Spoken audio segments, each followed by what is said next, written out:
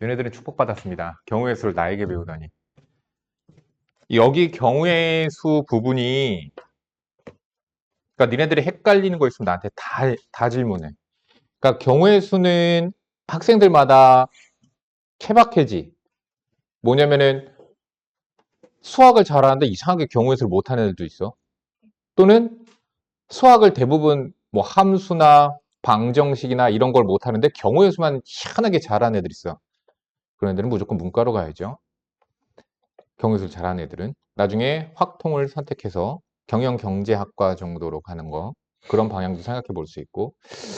아무튼 여기는 경우의 수는 그런 걸 잘 못하는 아이들은 어떤 특징을 갖는 거냐면 생각하는 방식과 구조가 잘 안 되는 거야. 그러니까 뭐냐면은 니네들이 선생님이 원래 해설집 되게 보지 말라고 하잖아. 되게 보지 말라고 해. 그런데 여기 확통 부분은 내가 너희들이 안 풀리고 안 풀리면 내가 그래도 다른 부분은 해설집 보지 말라고 그러지. 최상위권 애들은 해설집 보라고 그래. 오히려. 왜? 몰라서가 아니라 걔네들은 다른 풀이를 보기 위하여.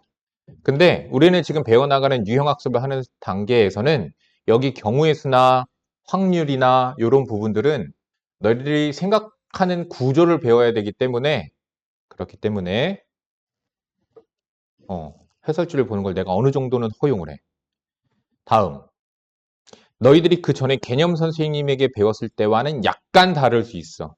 약간 다를 수 있어.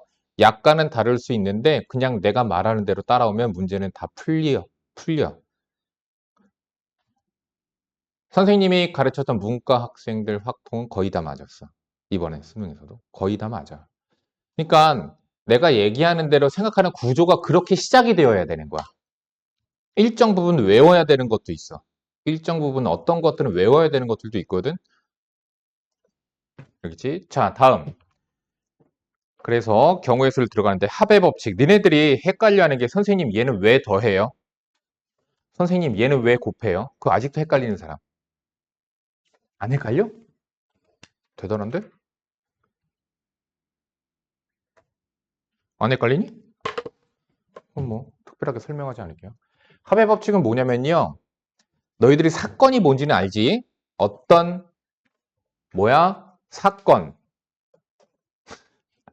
사건 일어나는 걸 얘기하는 거지. 됐어? 그 사건이 일어날 때에 사건이 연속적으로 일어나거나 동시에 발생이 되면 우리가 그런 것들은 곱의 법칙, 곱한다고 얘기를 해. 연속적으로. 자, 그러니까 이런 얘기지. 내가 지금 여기서 뭐 신비네 학교까지 갈 거야. 신비 아파트네? 너 이 생각을 못했네? 너 아파트 살지? 네. 그럼 그 아파트는 신비 아파트네? 어이씨. 거기 녹색인 걔 사니? 안 살지? 근데 우리 애들이 이상하게 신비 아파트를 안 보더라고. 별로 재미없어요. 자, 신비 아파트까지 가는데 중간에 정자역을 들렀다 가야 돼, 만약에. 그럼 정자역을 들렸다가 너희 집에 가는 방법이 뭐 마을버스 없지? 마을버스 타는 방법도 있고 걸어가는 방법도 있고 두 가지야. 여기서 정자역을 가는 방법에는 킥보드를 타는 방법도 있고 걸어가는 방법도 있고 뛰어가는 방법도 있고 버스 타고 가는 방법도 있고 네 가지야. 그러면 우리는 그냥 니네들을 외웠잖아. 어떻게 돼? 여기서 신비 아파트를 가는 방법은 8가지가 되는 거지. 4가지 곱하기 2가지. 그럼 왜 곱했냐고. 왜 곱하냐고. 그러니까 내가 이런 거야. 1번, 2번, 그러니까 합의 법칙도 설명하기 위해서 곱의 법칙도 이해를 해야 돼서 동시에 설명을 하려는 거야. 첫 번째 선택할 수 있는 게 4가지가 있었고, 그 다음 선택할 수 있는 게 2가지가 있었단 말이야. 그럼 내가 얘 선택하고 2가지 중에서 또 골라. 그럼 2가지 상황이 생겨. 얘 선택하고 2가지 중에 골라. 그럼 2가지 상황이 생겨. 똑같이 2가지 상황들이 반복이 돼. 그러니까 4가지 모두 2가지씩이야. 그래서 4 곱하기 2가 맞는 것이긴 한데, 그러니까 너희들이 초등학교 때는 싹 다 나열하라고 배웠고 중학교 때는 곱하기나 더하기를 배웠고 이제 고등학교가 되면 NCR, NPR 같은 것들을 배우지. 자, 그래서 우리는 4 곱하기 2가 돼. 왜 4 곱하기 2야? 연속적으로 일어나는 사건에 대해서는 곱하면 돼, 그냥.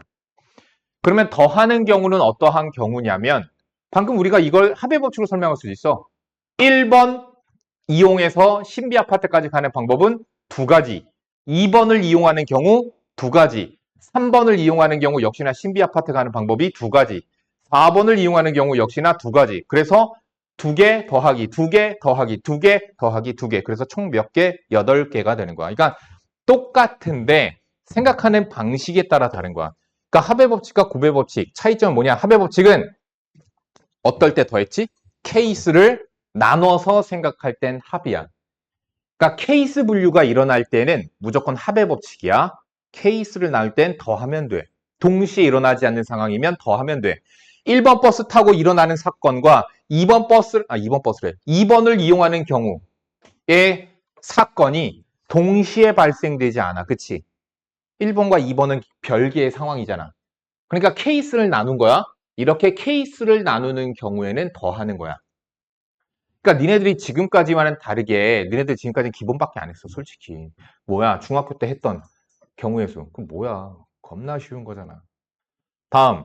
고등학교 들어와서 개념밖에 안 했어. 지금까지는 그냥 유형을 외워버려서 푸는 게 가능했었는데 이제부터 난이도가 올라가려면 제대로 이해를 해야지만 어려운 문제들을 풀 수가 있어.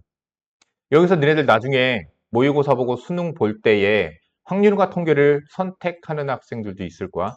그럼 그 학생들은 분명히 그 안에서는 확률이나 경우의 수에 관한 문제가 한 문제 킬러로 나오는 문제 한 문제 넣어주거든. 무조건 들어가 그거는. 그럼 그 한 문제가 관건이야. 겁나 어려워. 오래 걸려. 그러면은 아이들마다 얘기해. 접근을 어떻게 해야 될까? 케이스 분류를 어떻게 해야 될까요? 이런 상황인 거야. 그리고 앞으로도 가르쳐주면서 얘기를 할 텐데 케이스를 나누어서 생각을 할 때 어떻게 케이스를 나누나요? 그건 니네들이 문제를 많이 풀어서 연습해야 돼. 이럴 때는 이렇게 케이스 나누자. 이럴 때는 이렇게 접근하자. 그걸 일정 부분은 외워야 돼. 이때는 이렇게 생각하는 구조로 갔는데 이렇게 외워야 되는 거야.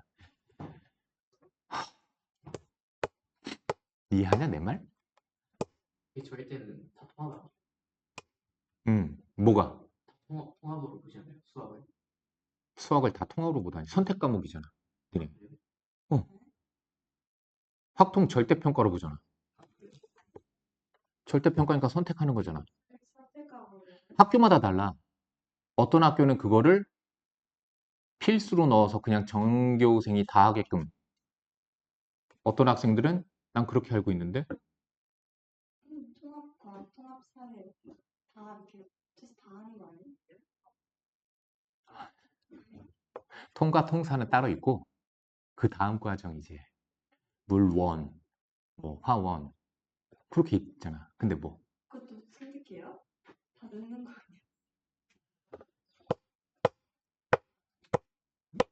아니에요? 설명이 가지 않았어? 전안 맞죠? 내가 한 군데 정도는 가봐도 좋다고 얘기를 했잖아. 뭐 어떻게 되냐면 근데 그거 물건을 선택할 건데 그럼 화원이 되는 네가 과중반이냐 아니냐 또 달라. 과중반이면 원 다 해.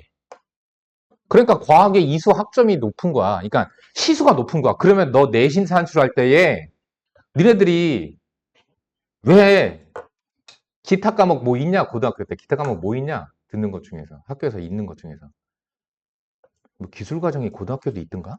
뭐 미술 이런 거 있잖아. 미술 있잖아. 음악 있잖아. 해 안 해? 니네들이 그것도 심지어 교대 갈 거나 서울대 갈 거 아니면 안 하면 돼. 그냥 안 해. 하지만 뭐가 있어? 세특을 써주시잖아. 각 과목 선생님께서. 그러니까 허투루 생활은 하지 않되 공부는 뭐 이걸 아무튼 그렇기는 해. 다음. 근데 더욱더 문제가 되는 건 뭐냐면 걔네들 과목들이 시수가 적어. 시수라고 말하는 건 일주일 안에 들어가 있는 수업 시간이 적어. 그럼 뭐냐면 너 거 점수를 산출을 할 때에 네 점수 곱하기 시수. 예를 들어 일주일에 4시간이야. 그럼 4를 곱해서 뭐 이렇게 합산해서 계산하는 방법이 있고 수학이 예를 들어서 7시간이야. 그럼 7을 곱해. 그러면 당연히 수학을 잘해야 되는 거지. 그런데 과학은 막 이수 시간이 뭐 한 3시간밖에 안 돼. 근데 몇 과목이야? 4과목이야. 그럼 12시수가 되는 거야. 알겠니? 그러니까 네가 과중을 가려면 과학을 잘해야 되는 거야. 물론 다 잘해야 돼. 왜? 과중 가는 애들은 대부분 공부를 잘하니까. 알겠니? 그럼 통과 통사를 하고 나서 지났지. 그게 1학년 때잖아. 아, 그럼 2학년 때부터는 다 선택이었어. 어. 그래서 선택해서 그 1학년에서 2학년 넘어가기 전에 종이 주셔. 그래서 이거 선택 체크해서 갖고 와. 이렇게 말씀해 주셔. 그럼 그 체크해서 내면은 너 반 구성에도 그걸 영향을 미쳐. 그러니까 니네들이 이동 수업, 대학교 같이 이동 수업을 안 하는 걸로 난 알고 있는데 이동 수업을 안 하고 그거에 맞춰서 반을 짜버려 그냥. 선택 과목 같은 애들끼리. 그렇게 알고 있어요. 물론 근데 그렇게 해서도 반이 구성이 잘 되지 않으면 이동 수업까지 하게끔 그렇게 만들어. 그래서 니네들 그렇게 되면서 니네 학교에서 안 열리는 수업인데 네가 목표하는 저 대학은 이거 성적표가 필요해. 그럼 넌 어떻게 해? 이 지역 안에서 그 수업이 열리는 고등학교가 있어. 그럼 거길 가서 이수 신청을 해서 그걸 이수해서 그걸 너 성적으로 갖고 가야 되는 거야. 그걸 우리 때부터 한다는 거 아니 그 전부터 했었어. 비슷하게 있었어. 근데 니네 때부터 뭐 확실하게 뭐 그렇게 한다 그러는데 실제로는 이게 니네들 학교 다니면서 반영되는 것은 실제 해봐야 돼. 해봐야지 알아. 뭐 말은 이렇고 말은 이런데 실제 시행해 보면 좀 약간 달라. 현행했을 때는 다르니까. 그럼 저희 박인이 그 통합사회 통합과 같은 거 빼고는 학교가 별 다른 건 없네요. 통사 통과가 있는 거 뭐 이렇게 하면서 하니까. 뭔가 되게 많이 달라진 듯이 얘기해. 아니야, 뭐 그렇게 달라진 거 없어. 똑같아. 그럼 이건 왜? 이거 고1 거잖아. 다 하는 거야. 공통이야. 이건 공통이야. 근데 내가 말한 건 확률과 통계를 얘기하는 거고. 알겠니?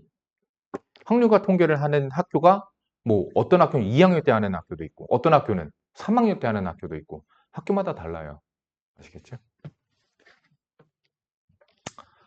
수학 얘기하다가. 그래서 합의 법칙은 다시 한번 얘기하지만 어떤 경우 그냥 합의 법칙 뭐 요거 다 읽을 필요도 없어요. 그냥 케이스가 분류가 된 경우 써놓으세요. 케이스가 분류된 경우에는 그냥 더하면 됩니다. 케이스가 분류된 경우에는 더하시면 돼요. 자, 그것에 따른 대표 문제 있죠. 그리고 확통은 과제량이 많게 나가는 거야. 왜 그러냐면 확률과 통계는 다른 교재들보다도 어떤 게 많냐면 여러 가지 유형들을 접하면서 이럴 때마다 이렇게 접근하고에 대한 연습이 되어야 되거든. 이거는 자 109번 너무 쉽겠지만 한번 풀어보자. 서로 다른 주사위 나 녹화 버튼 눌렀나? 눌렀구나. 서로 다른 주사위 두 개를 동시에 던질 때 나오는 눈의 수의 합이 10의 약수가 되는 경우의 수는 그러면 합이 뭐가 되는 경우가 있겠니? 10의 약수 1 안 돼요. 두 수의 합이. 그래서 10의 약수 중에서 2가 될 수도 있고요. 합이 5가 될 수도 있고요. 합이 10이 될 수도 있죠. 그러면 지금 내가 무엇을 했지? 케이스를 나눴어. 그럼 너네들 무슨 생각을 해야 돼? 이러한 케이스 안에서의 경우를 구하고 이 케이스 안에서의 경우를 구하고 이거 케이스 안에서의 경우를 계산을 해서 다 더해야 되는 거야. 그래서 합의 법칙이라고 해. 무슨 합의 법칙이라고 말할 게 뭐가 있냐. 그냥 하는 거지. 야, 뭐야? 한 가지밖에 없죠? 1, 1. 그래서 한 가지가 있고요. 합이 5가 되는 경우 직접 나열하 세요. 뭐가 있죠? 1, 4, 4, 1. 1, 4, 4, 1. 그런데 내가 왜 1, 4, 4, 1이라고 했냐면 서로 다른 주사위 두 개라고 얘기했거든? 서로 다른 주사위 두 개이기 때문에 어떤 주사위 A라고 하는 주사위와 B라고 하는 주사위가 1, 4, 4, 1이 나온 경우를 다르게 보는 거야. 자, 근데 여기서 잘 정리 나가야 돼. 만약에 이 말이 없었어. 사물은 말하지 않으면 같은 것으로 본다야. 뭔 말인지 이해가니? 만약에 이 말이 없이 주사위 두 개를 동시에 던질 때 나오는 눈의 수의 합이 10의 약수가 되는 경우의 수는 하면은 1, 4, 4, 1이 다른 경우가 아니라 한 가지로 세어야 되는 거야. 슬슬 헷갈려. 어떻게 같은 주사위를 동시에 좀 잘 봐. 던지고 났어. 둘 다 빨간 주사위야.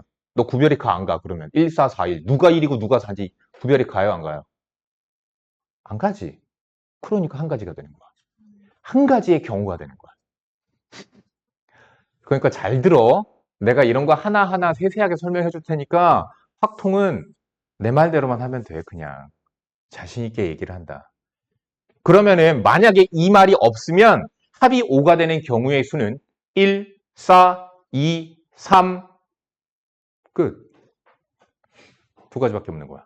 그런데 지금은 어떻지? 서로 다른 주사위라고 분명히 말을 했어. 그러면은 A라고 하는 주사위와 B라고 하는 주사위는 구별이 되고 있는 거야. 색깔이 다른 거야. 빨간색 주사위, 파란색 주사위 이렇게 다른 거야. 그러면 1, 4, 4, 1이 다른 경우가 돼. 됐지? 다음. 너는 아마 확통이 약할 것 같아. 확통 너 여기 경우에서 좀 약하지 않아? 보통 외국에서 있다가 온 애들은 이 부분을 겁나 힘들어해. 약해. 왜 그러면 이게 세세하게 이게 우리와는 다르기 때문에. 뭐가 다르냐면 그 깊이 숨어있는 그 속뜻을 분석하거나 하기를 좀 내 조카가 그랬거든. 내 조카가 그랬어. 힘들어 하더라고. 그래서 이해를 잘 못 하더라고. 내 조카가. 내 조카는 이탈리아 살다 왔어.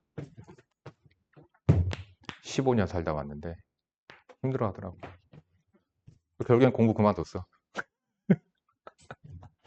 합이 5야. 합이 5가 되는 경우는 그러면 어떻게 되지? 1, 4, 4, 1, 2, 3, 3, 2. 끝. 네 가지가 되는 거야.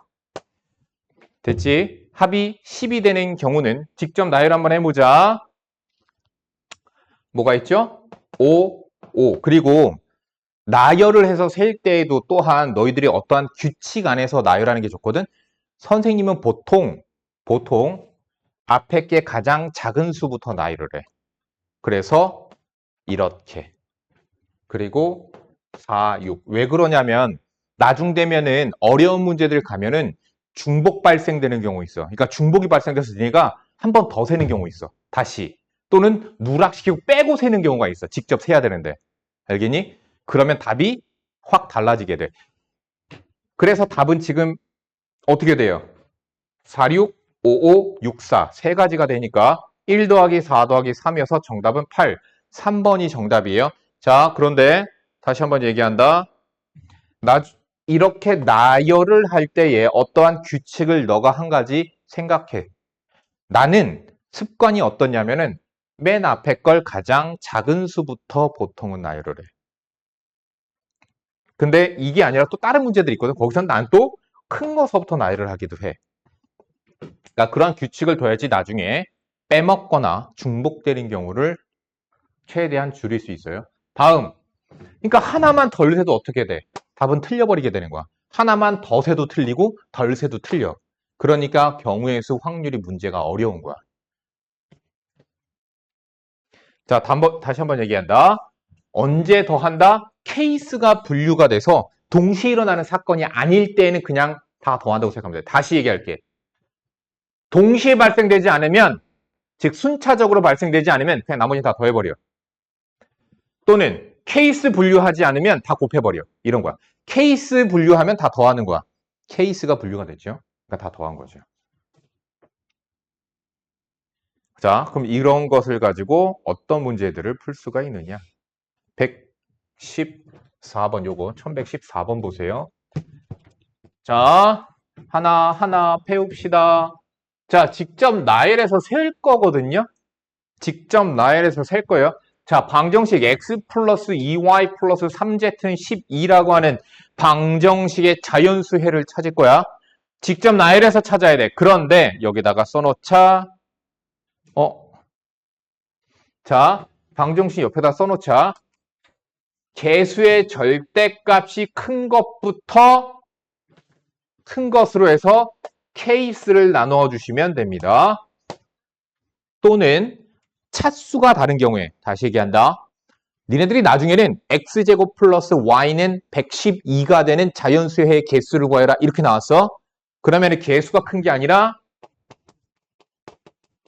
차수가 높은 문자 중심으로 먼저 생각을 한다. 케이스를 분류한다.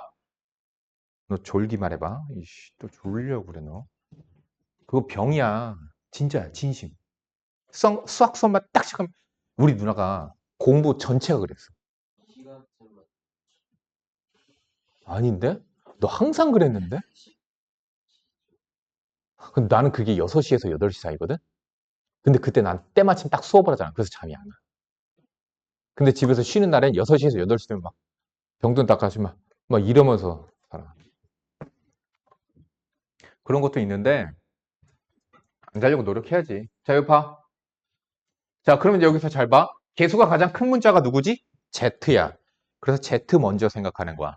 자연수라고 했으니까 Z의 첫 번째 Z가 1인 경우, 두 번째 Z가 2인 경우, 세 번째 Z가 3인 경우, Z가 4가 되면 얘네들이 자연수가 안 돼서 안 돼요. 그래서 케이스가 나눠졌죠. 그럼 케이스가 나눠졌으니까 나중에 뭐 해야 돼? 다 더할 거야 라고 생각해야 돼.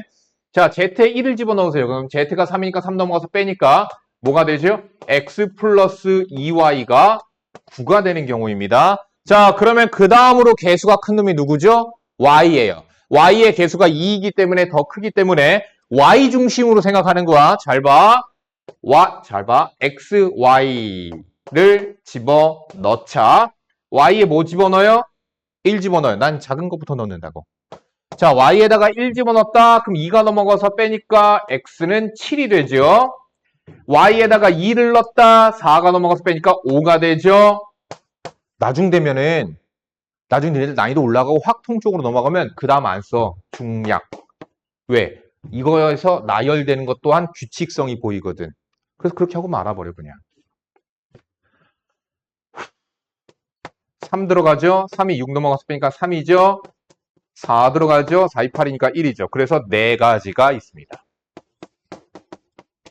첫 번째 케이스 4가지예요. Z가 2가 되는 경우에 6이 넘어가서 빼니까 X 플러스 2Y는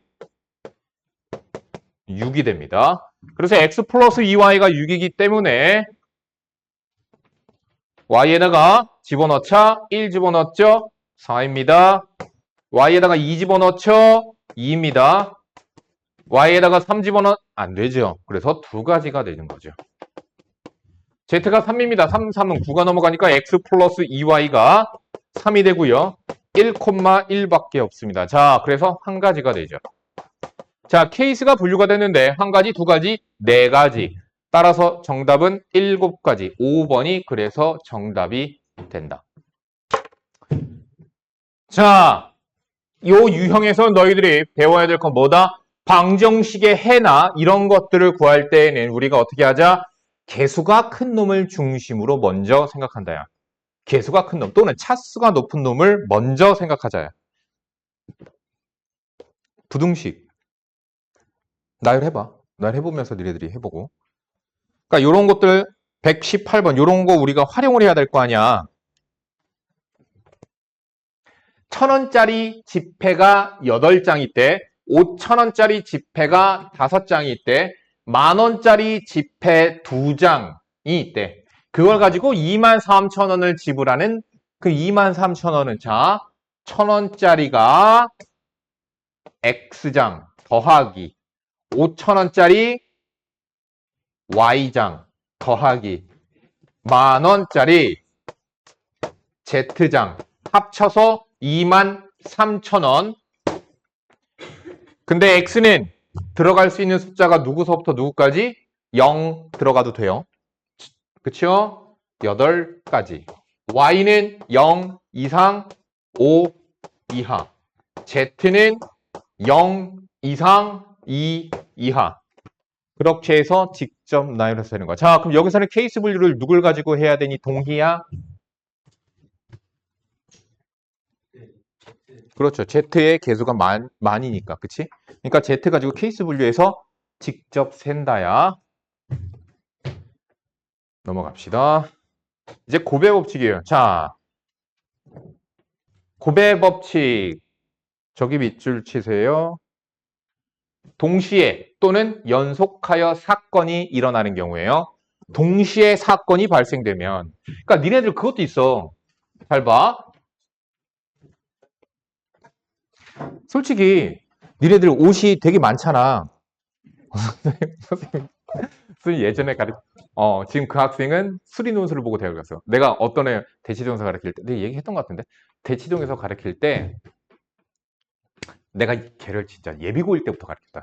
중3 때부터 수능 보기 전날까지 걔가 어떤 해이냐면 수능이 일주일인가 미뤄진 때 있었지. 저기 경상도에 지진 나가지고 일주일 미뤄진 적이 있었어. 그때 내가 어떻게 했냐면 그래서 야 다시 와 그래가지고 학원 수업이 끝났는데 그러니까 졸업이 됐어. 그러니까 종강이 됐어. 종강이 됐는데 야 일주일 미뤄졌다 어떡하냐? 우리 더 수업하자 하고서 내가 무료로 수업을 그냥 불러서 막 해줬거든. 걔네 애다. 근데 그 중에서 그 아이가 있었어. 걔가 그 반에서 제일 잘했어. 예비고일 때부터 수능 보기 전까지 계속 다녔던 애인데 걔가 티가 윗도리가 걔는 겨울에도 반팔 입고 다녀. 그리고 내가 걔 보고 맨날 했던 얘기가 바보는 감기에 걸리지 않아. 내가 맨날 그랬거든. 걔가 티가 3개가 있었어. 바지가 2개가 있었어. 그 일주일 동안 이것만 입는 거야. 일주일 동안. 3, 2, 6. 6가지의 경우가 있죠. 자, 왜 6가지의 경우가 있는 거예요? 연속적으로 티 입고 바지 입고. 그치? 뭐 동시 입는 기술을 갖는 사람도 있을 수도 있는데 우리 집에서는 아침마다 그렇게 하거든요. 아이나 윗돌이 입어. 그러면서 난 바지 입히고 있고 걔네 이렇게 하면서 이렇게 하고 한 방에 딱 입고 딱 나가고 그러거든. 아침마다. 자, 아무튼 6가지가 있어요. 왜? 순차적으로 옷을 입잖아요. 그죠? 순차적 진행인 경우에는 곱한다. 그래서 6가지가. 그 얘기하는 음, 아, 근데 난 이런 거 설명하려고 그러면 갑자기 내가 있었던 그 사건 경우들이 확 떠오르는 거야. 근데 얘가 더 놀라운 얘기 해줄게. 이 티가 하나는 노란색, 하나는 빨간색, 하나는 파란색이었거든? 체크무늬야. 나 아직도 기억이 나. 카라가 있는 남방이야. 반팔 남방 있지. 카라가 있는데 체크무늬인데 내가 걔를 몇 년간 봤니? 중3, 고1, 고2, 고3. 남자예요. 4년, 만 3년이거든. 남학생이야. 만 3년이거든? 3년간 나는 이 옷밖에 못 봤어. 그래서 내가, 야, 넌 그것밖에 없냐? 네. 그래서 내가 겨울에 많은데, 겨울엔 패딩을 입잖아. 진짜 근데 걔는 패션에 관심이 없는 아이야. 관심이 없는 아이야. 온리 오락에만 관심이 있는 아이였는데, 3년 동안 저는 어떻게 패딩을 딱 2벌. 그러니까 뭐였냐면, 예비고일 때부터 해서 한 2년간 패딩을 입다가 이제 몸이 더 이상 커져서 옷이 안 맞으니까 버리고 패딩 하나 어머니께서 좋은 걸 또 사주셨어. 집도 괜찮게 잘 살아, 걔. 내가 알기론 잘 살아. 아버지 은행 지점장이시고 막 그러면 잘 살지. 내가 오랫동안 하니까 되게 친근하고 어머니도 잘 알게 되고 막 그러다 보니까 집안 사정을 어머니께서 나한테 전화하면 다 말씀하셔. 그래가지고 내가 다 알아. 아무튼. 그리고 내가 얘는 어떠냐? 그럼 패딩 안에서 반팔만 입고 다니는 거야. 그러니까 3년 동안 이 옷만 입었어. 3년 동안. 수능 보고 난 다음에 다른 내가 볼 땐 나는 색을 구분을 하지는 않을 거 아니야. 이번에도 체크무늬네? 또 체크무늬? 그래서 내가 물어봤어. 너는 옷을 안 사냐? 그래서 티나니까 이거 상처가 될 수 있는 말이잖아. 내가 뭐 걔네 집 못 살지 않는 것도 다 알고 친하니까 내가 한번 물어봤어. 야, 너는 옷을 안 사냐? 그랬더니 선생님 이거 다른 거예요. 뭔데? 그때 그건 파란색, 이건 빨간색 다르잖아요. 아, 다른 옷이었어? 나 너한테 관심이 없어서 몰랐구나 그랬는데 너무 웃겼어. 내가 얘기했던 것 같은데 걔가 지문이 없어. 지문이 없어. 네. 왜 지문이 없냐면 걔는 습관같이 왜 우리는 이렇게 손톱 깨물듯이 얘는 여길 뜯어. 습관적으로. 그러니까 문제를 풀면서 이렇게 뜯어. 계속 뜯어. 그 지문이 없어. 근데 문제는 뭐냐면 수능을 봐야 되잖아. 그럼 뭐가 필요해? 신분증이 필요하고 그거는 학생증으로 대체되던가 그렇다. 근데 그게 문제가 아니라 집을 어떻게 주민등록증을 니네들은 지문인식이구나, 니네 집은. 이야, 좋은 집 살아가지고 신비 아파트 좋은 아파트야. 아니, 주민등록증이 니네들 고2 때부터 만들 수 있거든? 생일 지나고? 근데 문제는 뭐냐면, 그거를 얼마 기한 내에 만들어야 돼. 근데 걔가 3개월 남은 거야, 그게. 아니면 벌금이 나와. 벌금도 그렇게 뭐, 1, 2만 원 이렇게 적은 수준이 아니고, 좀 더 되는 걸로 알고 있어. 그 주민등록을 해야 되는데, 이 자식이 지문이 없으니까 주민등록을 못 하는 거야. 손을 안 돼요? 아, 둘 다 뜯어요? 다 뜯어. 10개를 다 뜯는다고, 걔는. 그래갖고, 걔가 나한테 그러는 거야. 선생님, 저 주민등록증 못 만들어요. 큰일 났어요. 어떡하죠? 이러는 거야. 선생님, 도와줄까? 네, 그랬어. 네, 도와주세요. 알았어. 이제 팰게, 그냥.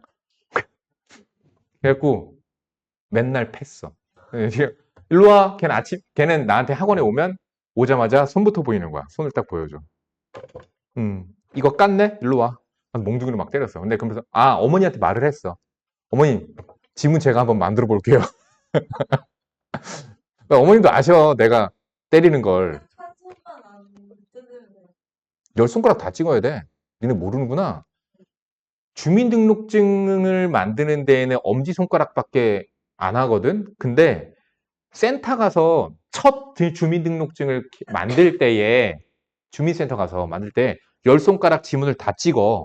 10개를 다 찍어. 그래서 그것을 찍은 걸 스캔을 해서 전산해서 10손가락을 전부 다 그렇게. 왜 그러면 네가 만약에 너라고 하면 안 돼. 어떤 애가 만약에 사건을 시신이 발견됐어. 근데 손가락이 9개가 날라고 하나밖에 안 남아있어. 그럼 이거 시신 누군지 찾아야 될 거 아니야. 그럼 이거 하나라도 있어야지 찍지. 어떻게 되는지 모르니까. 지문을 이렇게 눈으로 보면 희미하게 보여. 근데 찍으면 안 나와. 왜? 굴곡이 없으니까. 그렇게 된다니까. 아무튼 그런 애가 있었어. 수학은 잘했어요. 수학은 잘했어요. 문제는 뭐냐면 영어가 4등급이었지. 이거였나? 경기고학생이었는데. 영상을 보려나? 안 들어오겠지. 자, 다음 조건을 만족시키는 두 자리 자연수의 개수는? 자, 보자. 2의 배수래. 자, 거기 공간 있니, 혹시? 교재에? 공간이, 어디 공간을 만들든 아니면 포스트잇 가져가.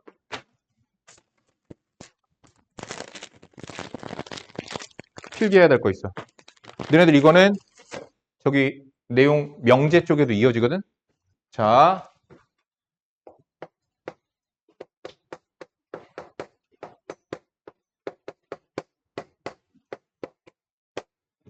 배수를 판정하는 거예요.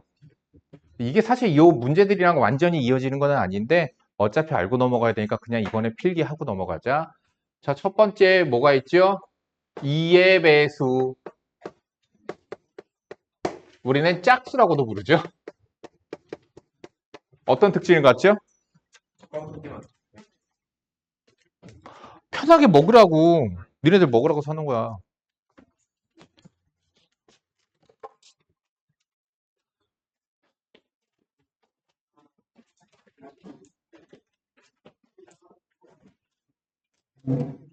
공부 안 해본 것들. 야, 포스트잇 뜰 때 그렇게 뜨는 거 아니야! 아이고, 이미 했네. 됐어. 야, 포스트잇 뜯을 때 그렇게 뜯으면 막 휘잖아. 봐봐. 니네들 앞으로 포스트잇 쓸 일 많을 거 아니야. 포스트잇 뜯을 때 어떻게 뜯는 거냐면 봐봐. 옆으로 뜯는 거야. 그러면 안 휘어. 지금 이렇게 뜯으면 지금 이건 원체 이게 휘어져 있어서 그렇긴 한데 그래서 옆으로 뜯으면 이게 안 휘거든. 위로 뜯으면 이렇게 달라붙어 있을걸?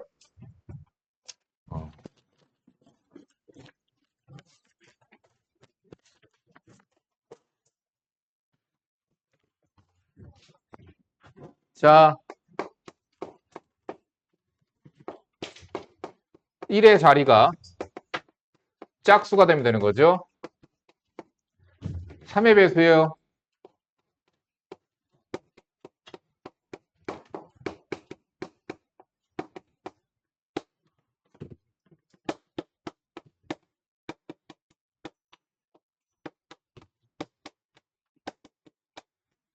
삼의 배수는 각 자릿수의 합이 3의 배수야. 봐봐. 이제 3의 배수야. 왜? 1 더하기 2 더하기 6은 얼마? 9. 그래서 얘는 3의 배수야. 각 자리의 합이 3의 배수면 돼요. 4의 배수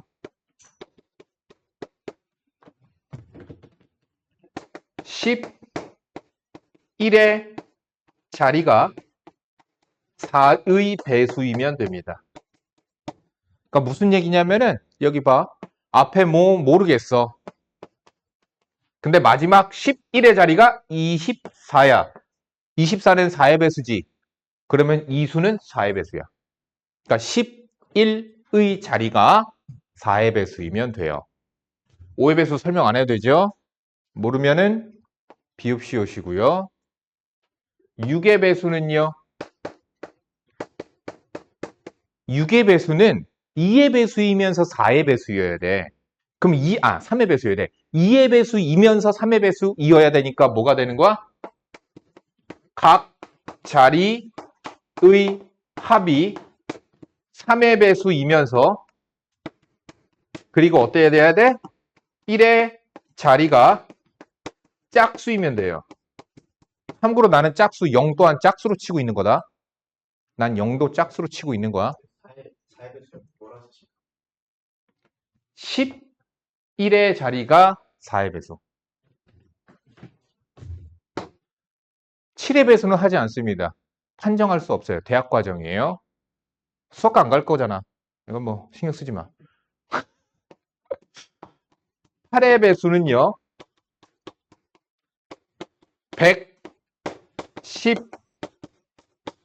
111의 자리가 8의 배수이면 돼요. 그러니까 앞에 막 어쩌고 저쩌고 써 있어. 근데 816이야. 816은 8의 배수야. 그지? 그럼 얘는 8의 배수야. 왜냐면 얘들아 4 곱하기 25가 얼마야? 100이지. 4로 100을 만들 수 있으니까 11의 자리만 4의 배수이면 되는 거고 8 곱하기 125가 얼마야? 8 곱하기 125가 1000이야?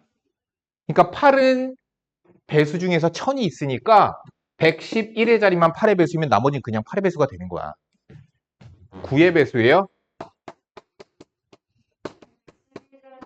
하나만 8의 배수, 8의 배수 나와요? 어? 아니 111 816 8의 배수잖아. 근데 1은 8의 배수. 그럼 6은 8의 배수니? 각각이 8의 배수가 아니라 요 전체가 8의 배수여야 돼.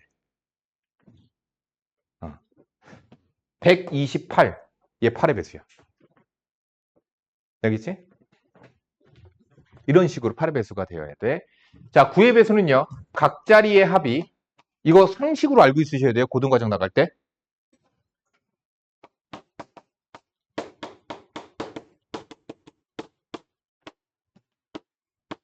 똑같아. 3의 배수 특징과 똑같아. 9의 배수이면 됩니다. 10의 배수 모르면 학원 그만둬 그냥. 10의 배수의 특징 모르면 학원 그만두는 게 나아. 알겠지? 가르칠 마음이 없어 난 그런 아이들은. 그 다음은 모르셔도 돼요. 11의 배수, 12의 배수 모르셔도 돼요.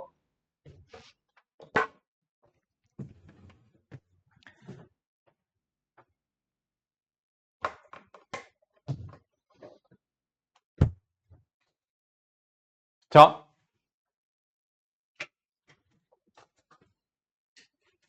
상식으로 외워두세요. 상식으로 외워두셔야 돼요. 이거 경우에서 문제에서 가끔 요거 가지고 경우를 계산할 수 있는 문제들이 있기 때문에 한 거야. 알겠지? 자, 2의 배수. 자, 다음 조건을 만족시키는 두 자리 잔수의 개수는 2의 배수이어야 돼. 그럼 2의 배수이어야 되니까 다음 10의 자리수는 6의 약수래. 그럼 10의 자리에 들어갈 수 있는 숫자 여기가 10, 여기가 1이야. 10에 들어갈 수 있는 숫자 몇 가지? 1, 2, 3, 6, 4가지. 1의 자리에 들어갈 수 있는 숫자 누구? 짝수. 몇 가지? 5가지. 하나, 둘, 셋, 넷, 5가지. 자, 됐죠? 윗도리가 4개, 아랫도리가 5개. 이런 거죠. 정답은 2번 20가지가 되겠습니다.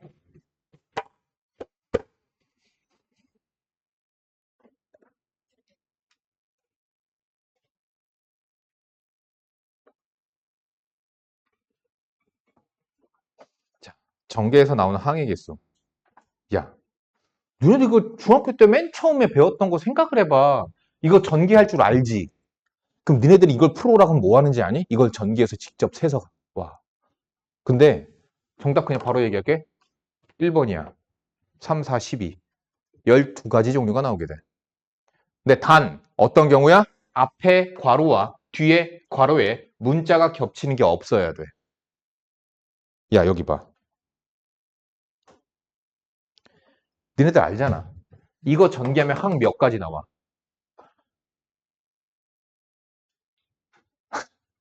요거 전개하면 항 몇 가지 나와? 너 3, 3은 9에서 9가지야. 그래, 응용은 좀 했는데 똑같은 게 없는 경우, 이건 있는 경우잖아. 괄호라고 생각하면 앞에 괄호에 똑같은 거 있고 뒤에 괄호에 똑같은 거 있잖아. 그냥 니네들 곱셈공식 아는 대로 생각해. 제곱, 제곱, 제곱. 2배의 괄호, 땡땡땡 이렇게 2개씩 나오잖아. 6개의 항이 나오잖아. 이거 전개하면. 6개, 2개, 6이 12. 정답은 3번. 과제 많이 내도 되겠지? 궁금한데 x-y 플러스 z를 세제곱한다고 하면 9개 있는 거예요? 세제곱? 그거서부터는 나중에 확률과 통계에서 이항 정리라고 하는 부분에서 배우시게 될 거예요. 나올 수 있어요. 그럼 안 나와요. 4제곱이면 12개예요? 나중에 배우세요. 이항 정리 때 배울 거기 때문에 안 나와. 나오면 찾아와.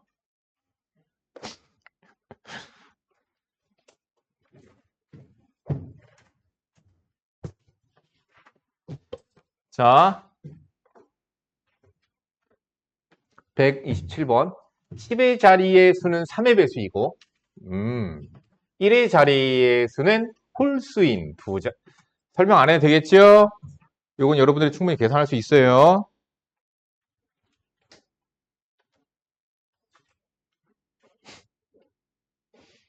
자, 문제 이거 왜 이러지? 왜 이렇게, 이건 또 난이도가 왜 이렇게 낮아?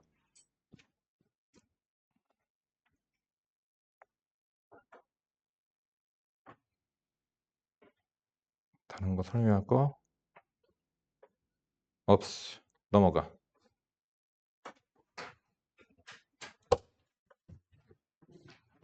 앞에 보세요.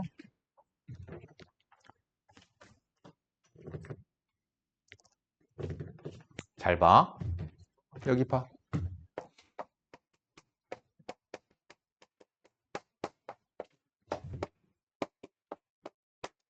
야, 양약수의 개수에 대해서 배우자. 니네들 공식으로는 알고 있어. 야, 12는 2의 제곱 곱하기 3이잖아. 양약수의 개수 몇 개야? 6개지. 공식으로 외우고 있지. 근데 왜 그런지를 알아야 돼. 왜 그런지를 알아야 돼. 왜 6개야? 여기 지수가 2니까 왜 2 더하기 1? 1이 왜 들어갈까? 곱하기 여기 3의 1제곱이니까 1 더하기 1. 왜 1씩 더할까? 그래서 왜 6가지가 나올까?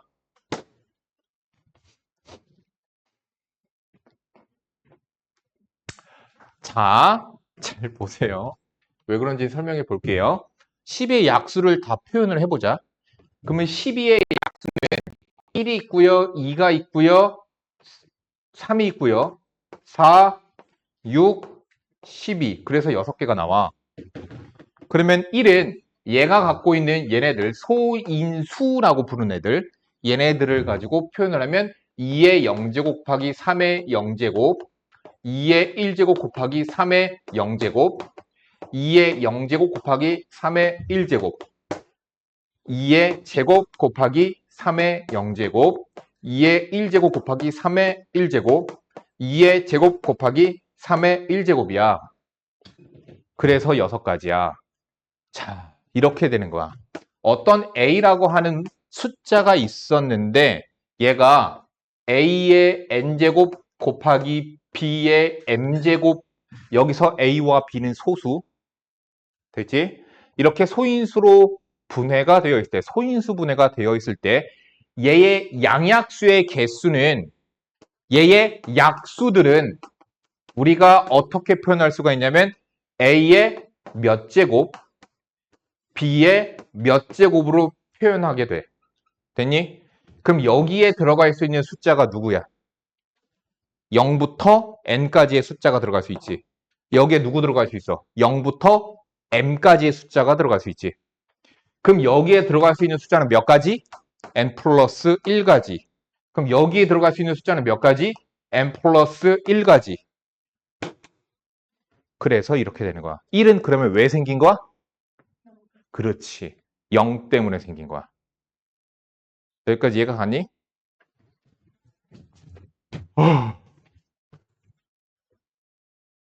자, 그래서 양약수의 개수 216은 소인수 분해를 먼저 해야 되겠죠? 사실 6의 세제곱이죠? 그치? 소인수 분해 이렇게 돼요. 4, 4, 16이 됩니다. 그럼 양약수의 총합을 한번 써보자. 여기 봐. 내가 지금 할 거는 뭐지? 여기 있는 애들에 대한 총합이야. 그럼 얘네들에 대한 합을 이렇게 써볼까? 3의 0제곱을 갖고 있는 애들이 2의 0제곱, 2의 1제곱, 2의 제곱 따로따로 더하자고. 얘네들 6개를 다 더할 건데 따로따로 더하자고. 3의 1제곱을 갖고 있는 아이 2의 0제곱, 2의 1제곱, 2의 제곱. 그러면 이제 공통 인수로 묶어보자. 2의 0제곱, 2의 1제곱, 2의 제곱, 3의 0제곱, 3의 1제곱 이렇게 되는 거야. 그러면 얘의 양약수의 총합은 그러면 어떻게 구하면 되겠니? 얘의 양약수의 총합은 앞에 거 가로 A의 0제곱, A의 1제곱, A의 제곱 더하기 A의 N제곱까지 B의 0제곱, B의 1제곱, B의 M제곱까지 그냥 이렇게 되는 거야. 알겠지? 자, 양약수의 총합인 B는 그러면 어떻게 되겠니? 2의 0제곱, 2의 1제곱, 2의 제곱, 2의 세제곱 3의 0제곱, 3의 1제곱, 3의 제곱, 3의 세제곱 이렇게 더하는 거야. 됐죠? 왜 양약수의 개수를 구하는 게 경우의 수에 나와 있니? 들어갈 수 있는 가지가 몇 가지? 3가지. 2가지. 그래서 곱해서 6가지. 다시 얘기한다. 얘의 약수는 A의 몇 제곱, 여기 몇 가지 가능해? N 플러스 1가지 가능해. N 플러스 1가지 가능해. 그래서 곱해서 나온다. 따라서 곱의 법칙을 이용을 해서 양약수의 개수를 구하는 공식을 만들어낼 수 있는 거야.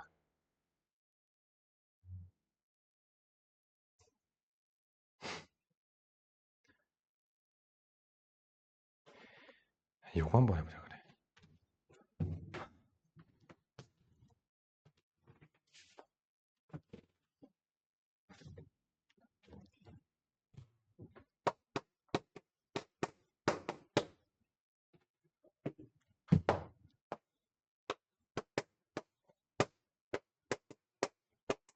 이렇게 소인수 분해가 되거든요. 됐어요? 그러면 얘의 약수들 중에서, 자, 문제 따로 낸다. 얘의 약수들 중에서 3의 배수인 약수는 몇 개? 얘의 약수는 내가 2의 몇 제곱, 3의 몇 제곱, 5의 몇 제곱으로 표현할 수 있지. 근데 모여야 된다고. 얘의 약수들 중에서 3의 배수는 누구? 여기 몇 가지 가능해? 6가지 가능하지. 여기 몇 가지 가능해? 원래는 5가지여야 되는데 여기 0 들어가면 돼, 안 돼? 여기에 0이 들어가 버리면 이 약수는 3의 배수가 아니게 돼 버려. 그래서 0이 아니라 몇 가지? 한결이. 네, 안 듣고 있어, 저희. 대답을 못할 게 아니거든. 3의 배수가 돼야 된다고. 여기에 몇 가지의 숫자가 들어갈 수 있어? 어? 그래, 싸가지. 1, 2, 3, 4, 4가지가 가능해. 그래서 4가지 들어갈 수 있어. 여기 몇 가지 가능해, 한결아?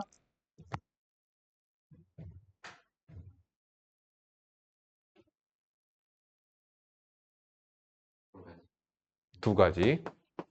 0 들어가도 되고 1 들어가도 되고.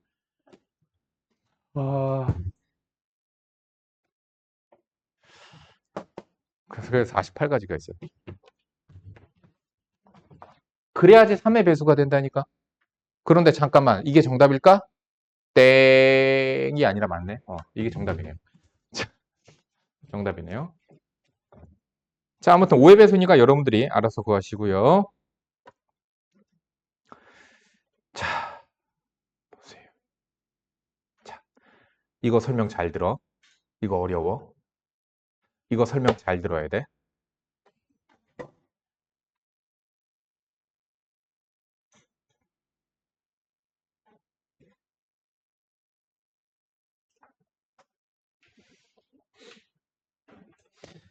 이 문제를 볼게.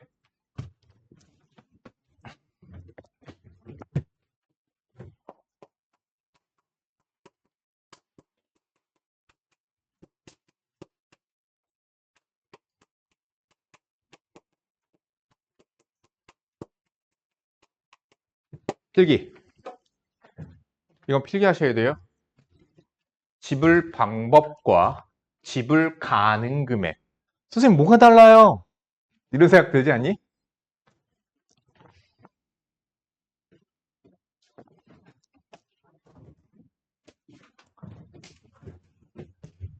자, 내가 예를 들어서 10원짜리가 3개 있었어. 그리고 50원짜리가 2개 있었어. 100원짜리가 1개 있었어. 자, 지금 동전의 총 개수는 6개가 있는 거야. 6개. 3개, 2개, 1개. 자, 그럼 내가 여기서 지불할 수 있는 지불 방법의 개수는 몇 가지일까? 단, 0원은 계산하지 않은 것으로 한다야. 0원은 지불한 게 아니야. 그치? 자, 내가 내는 방법은 10원짜리 내는 개수 A개, 50원짜리 내는 거 B개, 100원짜리 내는 거 C개라고 치자고. A 몇 가지 가능해? 어? 그렇지, 4가지. 왜?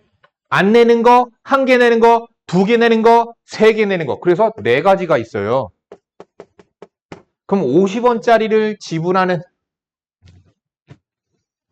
애들 학원 못 온다는 얘기들을 막 하는 건가?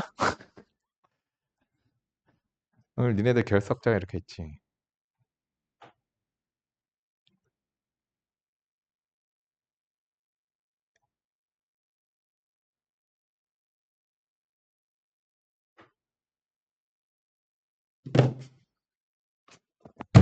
몇 가지? 3가지. 몇 가지? 2가지. 그럼 내가 이게 바로 뭐야? 이게 지불 방법이야.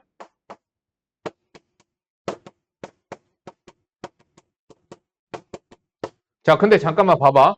그러면 4가지, 3가지, 2가지 해서 24가지야? 내가 이 동전 6개를 가지고 지불할 수 있는 방법은, 지불 가능한 금액이 아니라 지불 방법은 총 24가지야? 아니, 지금 내가 여기 계산한 4가지, 3가지, 2가지에는 0개인 경우, 0개인 경우, 0개인 경우, 즉 1개의 경우 뭐가 있지? 빵원이 여기에는 들어가 있어. 이게 지금 몇 가지야? 24가지지. 그래서 24 빼기 1인 23가지가 지불 방법의 가지수야. 10원 하나만 되는 경우도 여기에는 들어가 있는 거야. 10원짜리 2개 내는 것도 들어가 있고요. 10원 하나, 50원 하나, 100원 하나 내는 경우도 있고요. 10원 하나, 50원 2개, 100원 하나 내는 경우도 있고요. 뭐 그런 거야. 이해 갔니? 자, 그런데 두 번째, 지불 가능 금액은 다른 거야.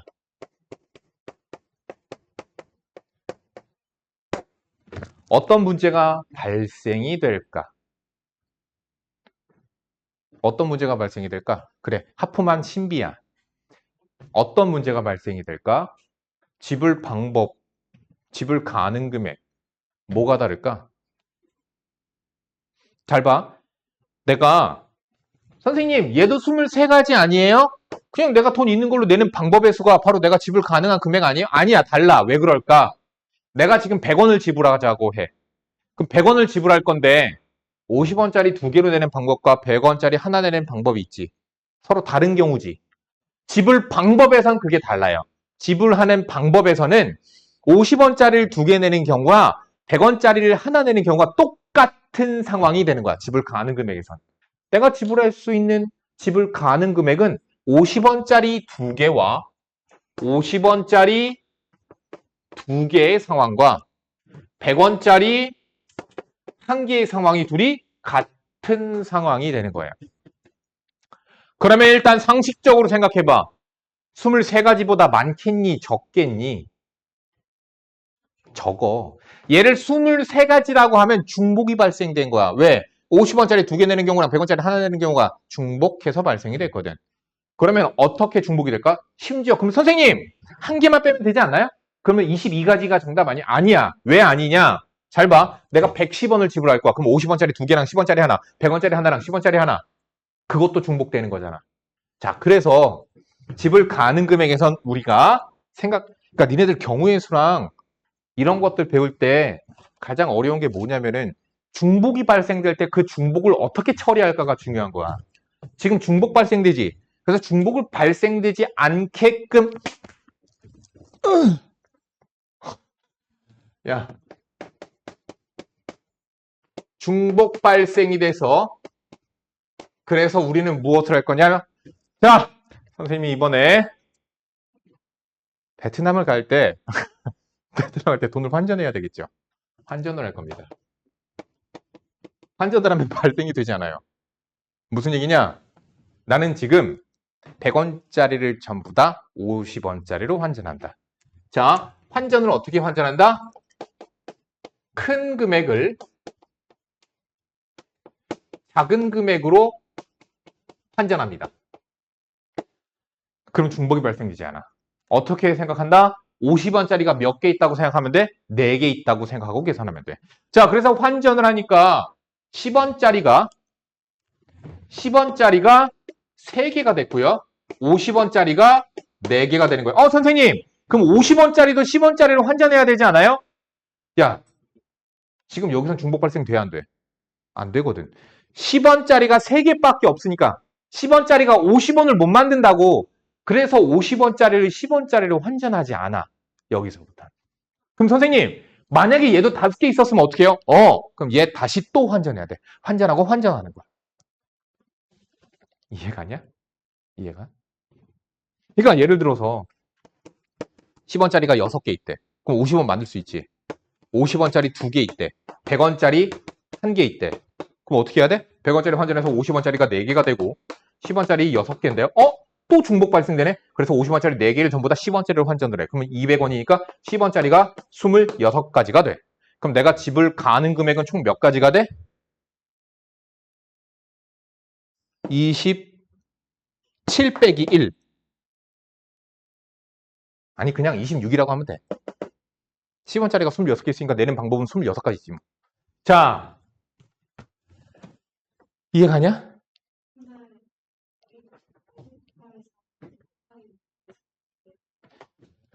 10원짜리가 50원을 만들 수 있지. 자, 너 지금 50원 뭘로 지불할래? 50원짜리 하나 내는 방법도 있고 10원짜리 5개 내는 방법도 있지. 어때? 중복이 발생되지. 됐죠?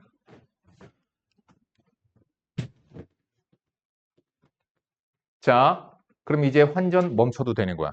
그럼 선생님, 왜 아래 금액으로 환전을 해요? 이렇게 되는 거야. 그것까지 설명하면 너네들 더 헷갈리겠다. 그냥 외우세요. 설명 원하시면 나한테 말씀하시고요. 영상을 보내드릴게요. 이거 설명한 영상이 정아림 유튜브에 검색하시면 거기에 있습니다. 자, 여기서 보세요. 그러면 내가 집을 가능한 금액은 총 몇 가지야? 4가지, 5가지, 빼기 1가지. 0, 0인 경우 빼야 돼. 그래서 19가지가 되는 거예요. 그래서 집을 가는 금액은 19가지가 됩니다. 자, 요렇게 똑같이 지금 즉시 1143번을 풀어보세요. 봅시다. 1000원짜리가 2장, 500원짜리가 3개 있네. 그럼 500원짜리가 어떻게 할 수 있지? 1000원을 만들 수 있지. 그럼 집을 가하는 금액에서 중복이 발생이 될 거야. 자, 100원짜리가 4개. 그럼 100원짜리는 500원을 못 만드니까 환전할 필요가 없습니다. 자, 일단 집을 방법 A죠. 집을 할 수 있는 방법. 방법과 금액은 다른 거예요. 그러니까 방법이면 그냥 계산하시면 되죠. 1000원짜리 2장이니까 3, 500원짜리 3개니까 4, 100원짜리 4개니까 5, 빼기 1. 이게 A가 될 거예요. 빼기 1은 000의 케이스는 돈을 지불하지 않은 거니까 빼는 거고요. 지불할 수 있는 금액, 지불 가능 금액을 얘기하고요. 그러면 우리가 B를 계산하기 위해선 1000원짜리 2장을 전부 다 아랫 단위인 500원짜리로 환전하면 500원 4개가 추가가 돼서 500원짜리가 7개 있고 100원짜리가 4개가 있게 되는 거죠. 따라서 8가지, 5가지 빼기 1 정답이 되겠죠. 됐지?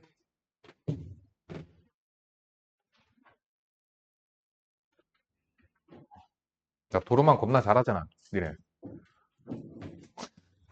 이건 중학교 때 했잖아. 별 다르지 않습니다. 다르지 않습니다. 그냥 풀어주고 이것만 개념은 다른 거 없어요. 합시다. 자, A, T, B를 연결한 도로망이 있다. A 지점에서 출발해 같은 길을 2번 지나지 않고 B 지점을 지나 다시 A 지점으로 돌아오는. 이거 줄 하나 한 방에 간 다이렉트로 가는 것도 있는 걸로 해볼까?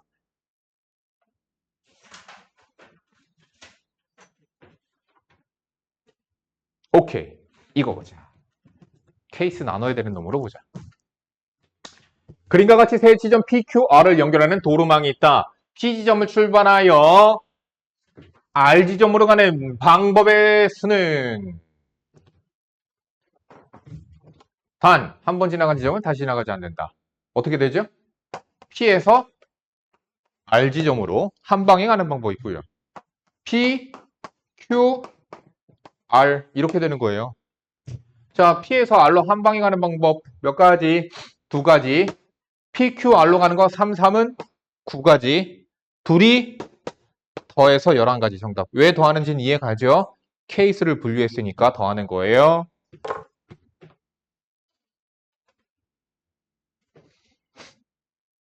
색칠하는 거.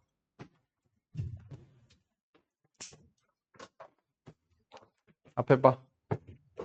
이거는 설명을 들어야 돼. 잘 봐라. 잘 봐라.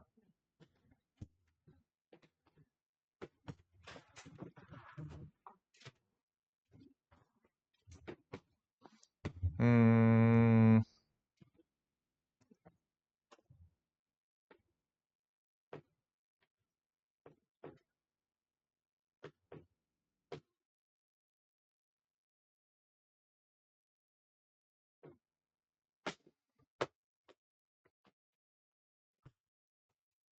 내가 이거 기깔나게 설명하는 방법이 있었는데.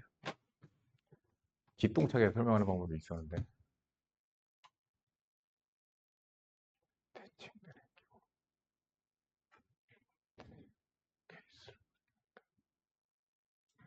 케이스를 분류할 때.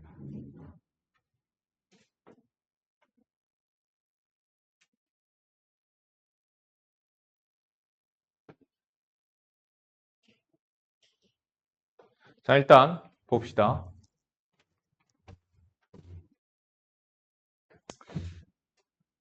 일단 1150번을 볼게요. 1150번. 자, 이거 너네들 색칠하는 거. 자, 근데 요 말이 있어야 돼요. 자, 그림과 같은 4개의 영역의 A, B, C, D를 빨강, 주, 노, 초, 파 5가지의 색을 사용하여 색칠하려고 한다. 같은 색깔 중 중복하여 사용할 수 있으나 중복 허용. 다음 인접한 영역은 서로 다른 색으로. 그러니까 옆에 있으면 구별돼야 되니까 파파, 빨빨 이렇게는 안 되는 거야. 그치? 구별돼야 되니까. 칠하는 경우의 수는 자, 항상 색칠할 때에는 너네들 지금까지는 그냥 계산했었거든. 중학교나 아마 그 전에 개념 선생님이 어떻게 설명하시는지 모르겠지만 제일 먼저 너네들이 확인해야 될 부분이 뭐냐면은 차수라고 하는 거거든. 그냥 인접한 영역이 제일 많은 놈. 이걸 따져보는 거야. 잘 봐. A는 인접한 영역이 몇 개 있어? 동희야, 몇 개야? 어디요? 거부 안 들었지? 하나, 둘, 세 개야. 그래서 얘는 숫자 3이라고 부르면 돼. 근데 이거를 너희들 나중에 보면 이걸 차수라고 배우게 되거든. 나중에 대학교 가면은. 수학과가 아니어도 이런 걸 차수라고 배워. 공대 가면. 그랬던 것 같은데. 자, 얘는 차수, 얘는 인접한 영역이 몇 개? 2개. 몇 개? 3개. 몇 개?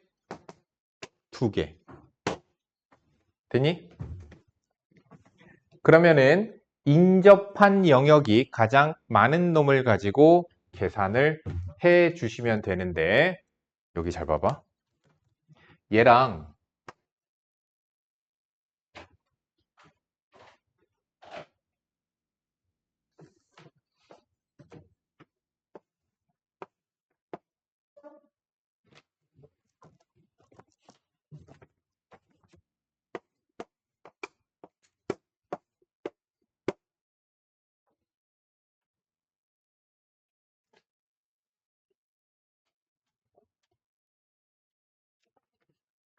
이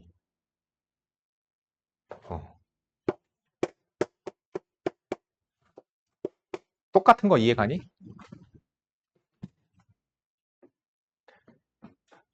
얘도 인접한 게 몇 개? 잠깐 2개구나. 아이씨 잘못 설명했다. 아니야. 요거 그냥 넘어가세요. 자, 계산 한번 해보자. 얘 몇 가지 가능해요? 빨주, 노초, 파 5가지 있죠? 됐죠? 그 다음 인접한 영역으로 넘어가세요. 얘한테 칠한 색깔 하나 빼고 몇 가지 남았죠? 4가지 남았죠. 그럼 B에 칠할 수 있는 건 몇 가지예요? 4가지입니다. 그럼 C에 칠할 수 있는 건 몇 가지예요? 네, 3가지예요. 다음 D에 칠할 수 있는 건 몇 가지예요? 왜 3가지예요? 얘랑 얘랑만 다르면 되거든? 얘랑은 같아도 되지. 몇 가지예요? 3가지. 됐죠? 그래서 몇 가지? 180가지가 나옵니다.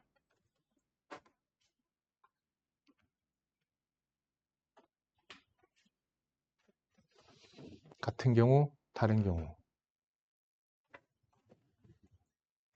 잠깐만.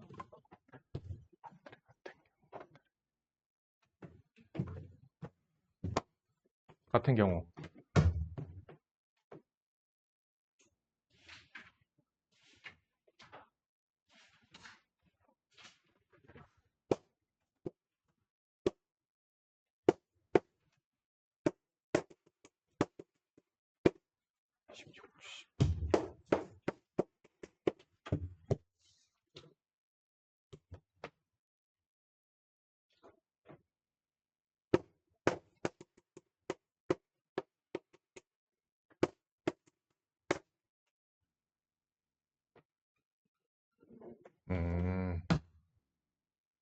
똑같이 나오네.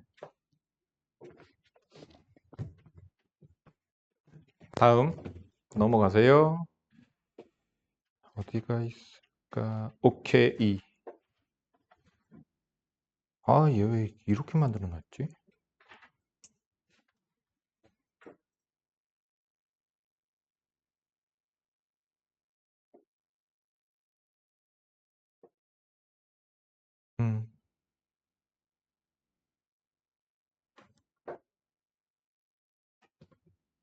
1152번 보자.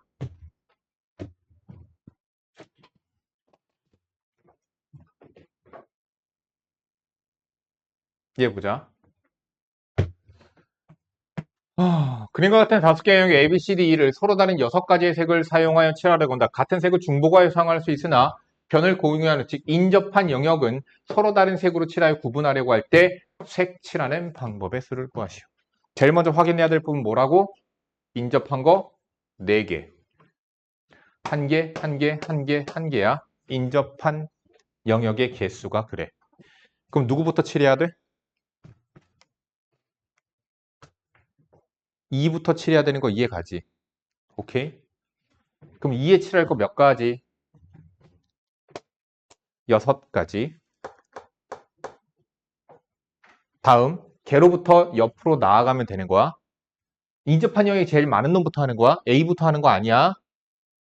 6, 5, 5, 5, 5. 자, 그러면 얘가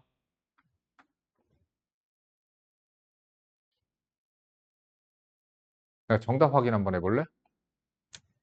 정답 확인해 봐봐.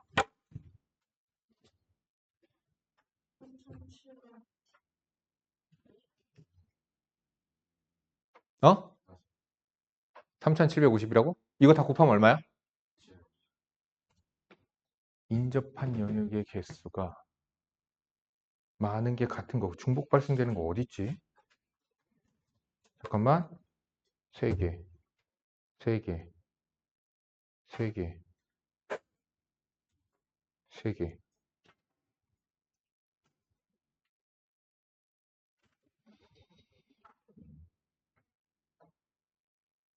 됐다. 153번이다. 그게. 여기 봐봐. 문제를 달리하여 낼게.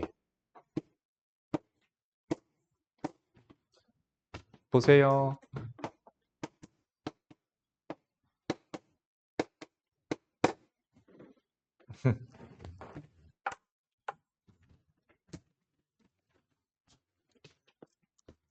자, A는 인접한 영역이 몇 개죠? 4개입니다. B 3개, C 3개, D 3개, E가 3개가 영역이 인접해 있어요. 그럼 우리가 원래대로 계산하던 방법대로 한번 해보자. 자, A의 색칠, 자, 내가 지금 색깔이 총 5가지 색이 있었다라고 치자. 5가지 색을 전부 또는 일부만 사용하여 인접한 영역이 구분되도록 색칠하는 방법의 수는 A에 칠할 수 있는 거 5가지, 이해가지. B에 칠할 수 있는 거 얘랑 달라야 되지? 4가지, 이해가지? 그럼 C에 칠할 수 있는 거 몇 가지? 얘네 둘이랑 달라야 되지? 3가지. D에 칠하는 건 얘네 둘이랑 달라야 되지? 몇 가지? 3가지. 그럼 여기서 질문. 알파벳 E에 칠하는 건 몇 가지? 몇 가지일까? 2가지인 사람. 손. 왜 안 들어? 얘네 아무것도 안 들까? 3가지라고 생각하는 사람. 손. 뭐야? 2가지? 2가지? 3가지, 넌 3가지? 길이 몇 가지? 2가지? 2가지. 신비 몇 가지? 모르겠는데요. 정답. 말할 수 없다예요. 너희들 왜 2가지라고 생각했니? 얘네 셋이랑 달라야 되니까 그런 거야? 맞아? 근데 다시 봐봐. D 칠할 때 왜 D에는 3가지 색깔이 가능했었어? 얘네 둘이랑만 다른 거지. 그럼 얘네 둘이 색깔이 같아, 달라? 같을 수도 있고 다를 수도 있는 거지. 내 말 이해 가니? 그럼 얘네 둘이 색깔이 같을 수도 있잖아. 얘가 3가지잖아, 지금. 지금 이런 경우도 있어. 빨, 초, 파, 초. 그럼 이해가? 그러면 초록색, 초록색, 빨간색이니까 여기 칠할 수 있는 거 3가지잖아. 그런데 빨, 초, 파, 노. 그럼 여기 몇 가지? 두 가지. 어때요? 다르죠? 다르지? 이렇게 대칭이 되는 경우에는 우리가 케이스를 분류하여 계산을 하셔야 됩니다. 케이스를 분류하여 계산을 해야 돼요.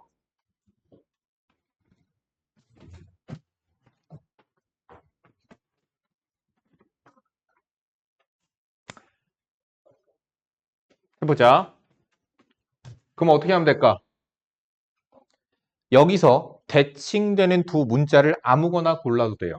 B와 D 또는 C와 E를 가지고 케이스를 분류하시면 되는데, 자, 지금은 이렇게 할게요. B와 D가 색깔이 같은 경우. 두 번째, B와 D가 색깔이 같지 않은 경우야. 그러면 그때 계산을 해보자. B와 D가 색깔이 같아야 돼. 자, 그러면 너희들이 여기서는 계산할 때 누구부터 해야 되냐면, 물론 A부터 계산해도 되긴 되는데 그렇게 안 하고 항상 케이스를 분류를 하면 그 케이스가 분류된 놈부터 계산을 하시는 게 좋습니다. 다시 얘기한다. 케이스가 분류된 놈부터 생각해. 자, B, D에 먼저 색칠할 거야. 자, B와 D가 같은 색깔 들어가야 돼? 몇 가지 가능해? 5가지. 이해가냐? B와 D의 5가지 중에서 하나를 뽑아서 색칠했어. 그럼 A에 칠할 수 있는 건 지금 몇 가지? 그렇지. 4가지. C에 칠할 수 있는 건 몇 가지? 그렇지. 3가지. E에 칠할 수 있는 건, E는 그냥 얘네들이랑만 다르면 되는 거야. C는 신경 안 써도 되는 거야. E에 칠할 수 있는 거 몇 가지? 3가지. 자, 이번엔 B하고 D하고 다를 거야. 자, B에 칠하는 거 5가지.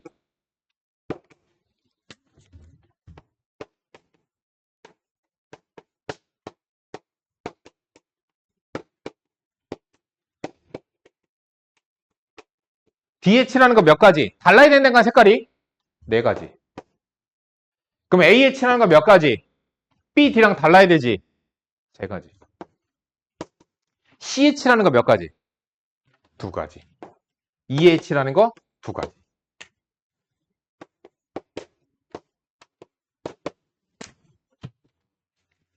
케이스 나눴죠? 뭐 하셔야 돼요? 더 해야 돼요.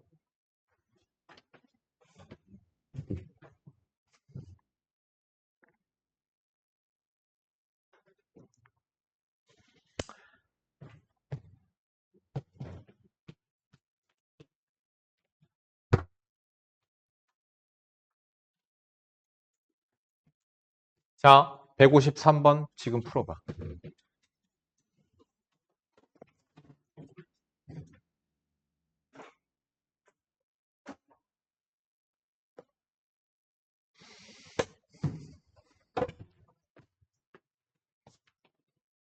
(153번) 지금 풀어봐.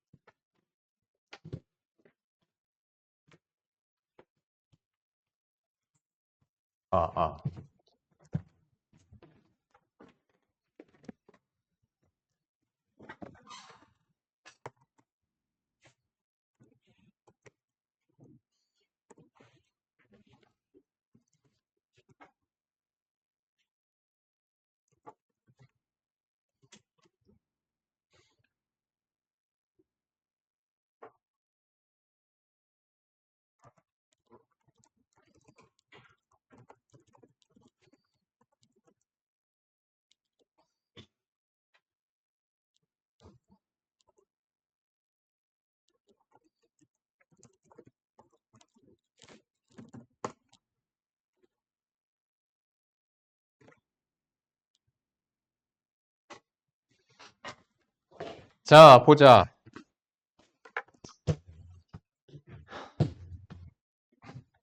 인접한 영역의 수를 먼저 세라고 내가 얘기했었죠. 마, 4가지. 마, 4가지다. 가, 3가지. 나, 3가지. 다, 3가지. 이렇게 한 놈만 튀어. 그러면 보통은 케이스 분류거든, 보통. 그럼 선생님, 어느 때 케이스 분류하고 어느 때 케이스 분류하지 않아요? 그럼 내가 가르쳐 줄 수 있는 건 뭐냐면, 니네들이 써내려가다 보면 5, 4, 3, 3. 여기 숫자 써야 되는데 얘네 둘이 같은가 다른가? 여기 몇 가지라고 써야 되지? 이렇게 막혔을 때는 케이스 분류를 해야 된다가 올바른 설명이야. 그런데 굳이 팁을 드리자면, 굳이 팁이랄까? 이렇게 한 놈만 튀는 경우. 나머지 숫자가 다 똑같아. 그럼 그냥 케이스 분류. 보통은 대칭형이라고 부르는데. 자, 보세요. 그러면 내가 왜 여기에서 멈추게 되는가? 왜 케이스 분류해야 되는가? 보자. 네 가지 색을 이용하여 칠하려고 한대요. 네 가지. 얘는 얘랑만 다르면 돼. 세 가지. 얘는 얘네 둘이랑만 다르면 돼. 두 가지. 얘는 얘네 둘이랑만 다르면 돼. 두 가지. 얘는 얘네 셋이랑 달라야 돼. 그래서 한 가지야? 아니지. 왜? 얘네 둘이 같을 수도 있고 다를 수도 있다고. 그러니까 모른다가 맞는 거야. 그러면 케이스 분류해야 돼. 왜 모르는 거야? 나랑 같은 경우와 나랑 라가 같지 않은 경우로 케이스를 나누셔야 되는 거고요. 같은 경우예요. 어떻게 되죠? 써보자. 케이스 분류한 놈부터 계산하라. 나라. 몇 가지? 네 가지. 마. 세 가지다. 가. 얘네 둘이 갖고 얘 하나 칠했어. 그러면은 두 가지 색깔 썼어. 그래서 가엔 두 가지가 되는 거야. 다 두 가지. 자, 나하고 라하고 다를 때예요. 나 네 가지. 라 세 가지. 마 두 가지. 얘네 셋이 다 달라요. 그럼 가에 칠할 수 있는 거 한 가지, 다에 칠할 수 있는 것도 한 가지가 됩니다. 케이스 나눴으니까 더 하시면 되는 거죠.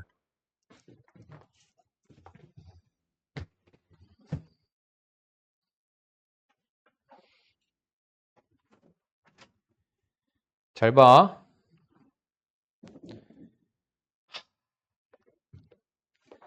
이거 니네 수능에도 나오거든? 이거는? 잘 들어. 이거, 야, 박스 안에 있는 거 읽지도 마. 그냥 내 설명대로만 해.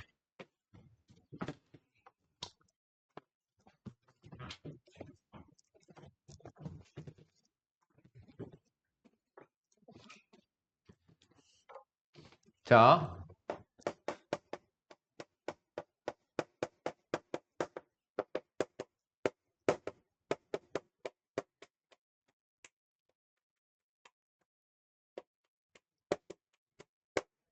격자점으로 이루어진, 즉 바둑판 형식에서 최단 거리로 가는 경로의 수를 구하는 경우의 수야. 봐, 잘 봐. 합의 법칙만 쓰면 돼.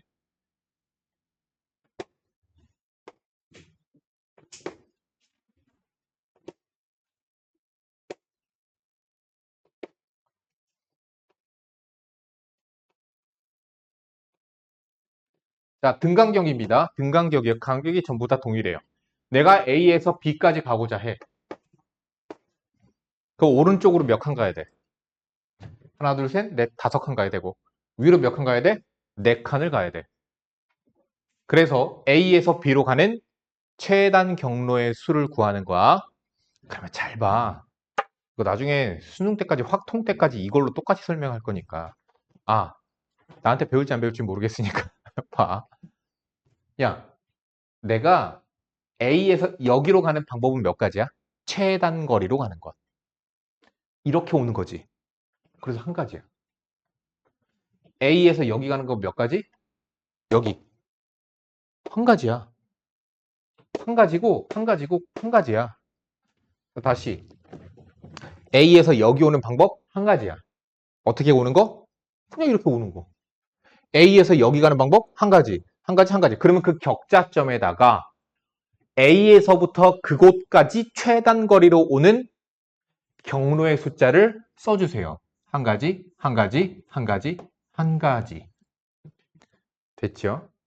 자, 그러면 다시. 이제 여기도, 그러니까 격자점은 교차하는 점.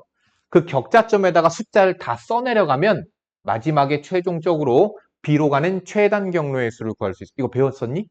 전에 선생님에게? 배웠었어? 그치, 배웠지.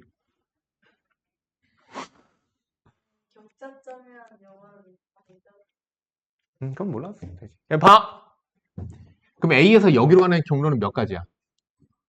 두 가지야. 왜? 이렇게 오고 이렇게 오는 거야. 그러면 그렇게 오는 방법을 더하면 되는 거거든. 다시 A에서 여기 가는 방법은 몇 가지일까?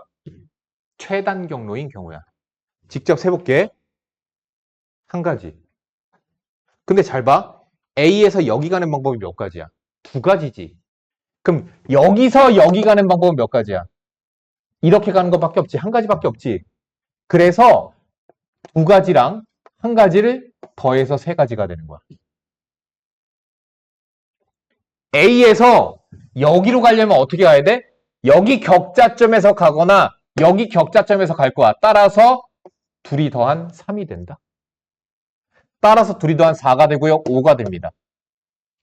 그러면 A에서 여기 가는 거 몇 가지야? 이렇게 오는 놈이랑 이렇게 오는 놈이 있어. 그래서 이렇게 오는 세 가지의 방법과 이렇게 오는 한 가지의 방법이 있으니까 더해서 네 가지가 되는 거야. 왜 더하나요, 선생님?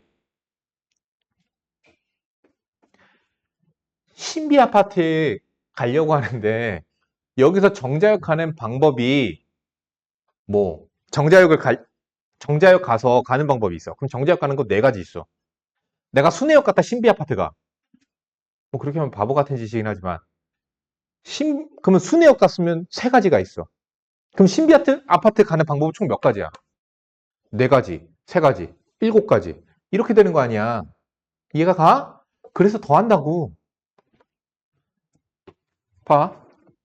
그럼 A에서 여기로 가는 방법은 이렇게 올 때야. 정자역에서 올 때와 순회역에서 오는 거 합쳐서 몇 가지? 5가지가 되는 거야. 그래서 더해서 채워 나가시면 나 덧셈을 좀 잘 못하거든. 덧셈 내가 틀리는 거 있나 잘 확인해라.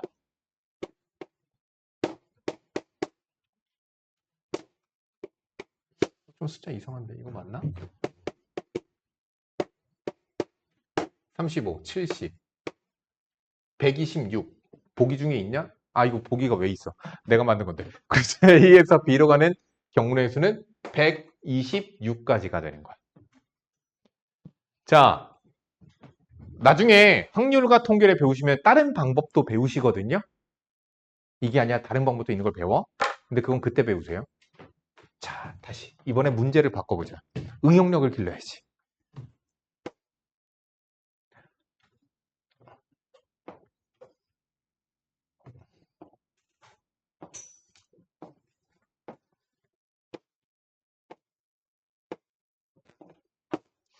A에서 B로 갈 건데 그런데 이런 거 막 여기 이렇게 물이 차 올랐대. 길이 없어진 거네. 큰일 났네. A에서 B로 가는 최단 경로의 개수를 구하시오. 이렇게 됐어. 그럼 어떻게 될까? 어떻게 될까? 잘 봐. A에서 여기로 가는 방법 한 가지. 한 가지. 이해 가시죠? A에서 여기로 가는 거 두 가지고요. A에서 여기로 가는 거 몇 가지? 세 가지예요. A에서 여기로 가려면 이렇게 오는 놈, 이렇게 오는 놈. 그래서 세 가지예요. A에서 여기로 가려면 이렇게 오는 놈, 이렇게 오는 놈 6가지밖에 없어요. A에서 여기로 갈 거예요. 이렇게 오는 거 한 가지, 세 가지, 네 가지. A에서 여기로 갈 거예요. 5가지. A에서 여기로 갈 거야. 그럼 이렇게 오는 경우랑 이거 말고는 없잖아. 그래서 10가지, 15가지. A에서 여기로 가는 거 몇 가지일까? A에서 최단 거리로 여기로 갈 거야. 몇 가지 있어? 경로를 생각을 해. 이렇게 오는 놈밖에 없지. 아래에서 올라오는 놈이 없잖아. 그래서 여기 10가지야. 이해가니? 그럼 A에서 여기 가는 방법은 이렇게 오는 놈이 있을 거고 최단 경로야. 이렇게 오는 놈이 있으니까 25가지가 있어요. A에서 여기 갈 없죠. 왜? 최단 경로니까 내려갔다가 올라가야 되니까 여기는 쓸 필요가 없는 거예요. 됐죠? 그럼 A에서 여기 가는 방법은 몇 가지야? 그렇지, 10가지야. 이렇게 오는 방법밖에 없거든, 최단 경로는. 10가지. 35, 그래서 45가지가 정답이에요. 자, 그럼 문제 바꾸자. B가 여기로 갔어. 응용하면서 해보는 거야. A에서 B로 가는 최단 경로의 수입니다. 한 가지, 한 가지, 한 가지, 한 가지, 한 가지, 한 가지. 똑같아요. 두 가지, 세 가지, 세 가지, 10가지, 네 가지, 5가지. 자, A에서 여기로 가는 거 이렇게 오는 거나 이렇게 가는 거 14가지. 맞니? 그래서 아까 이거 왜 안 더했지? 더했나? 아, 이거 10이 아니라 이거 6이구나. 이거 10가지지. 자, A에서 여기로 가는 거 15가지예요. A에서 여기로 가는 거 방법. 이렇게 오는 도밖에 없죠. 10가지예요. 근데 잠깐만. 내가 A에서 B로 갈 거지. 그럼 이쪽에 있는 숫자들은 필요가 없죠. 이해가니? 최단 경로로 내가 A에서 B로 갈 거야. 야, 내가 여기서 이걸 돌아서 동희한테 갈 거야. 그럼 내가 뭐하러 이렇게 돌아서 가니? 최단 경로로 갈 건데. 그게 아니라 최대한 붙어서 이렇게 가야지 최단 경로로 가는 거잖아. 그치? 그러니까 여기 위쪽은 필요가 없는 거야. 자, 계속 세워보자. A에서 최단 경로로 여기로 갈 거야. 여기 있는 지점. 몇 가지? 10가지야. 왜 10가지야? 이렇게 오는 방법밖에 없거든. 그럼 그 숫자를 그대로 끌고 오는 거야. 10가지야. A에서 여기 가는 방법 몇 가지야? 한결이 또 이해 안 가지? 그럼 대답을 해! 알았어, 잘했어. 여기 가는 방법 몇 가지? 그렇지. 최단 거리로 여기로 가려면 이렇게 오는 놈이 있을 거고 이렇게 오는 놈이 있을 거야. 20가지야. 10가지고 10가지고 30가지. 정답은 그래서 40가지가 돼요. 이해 가냐?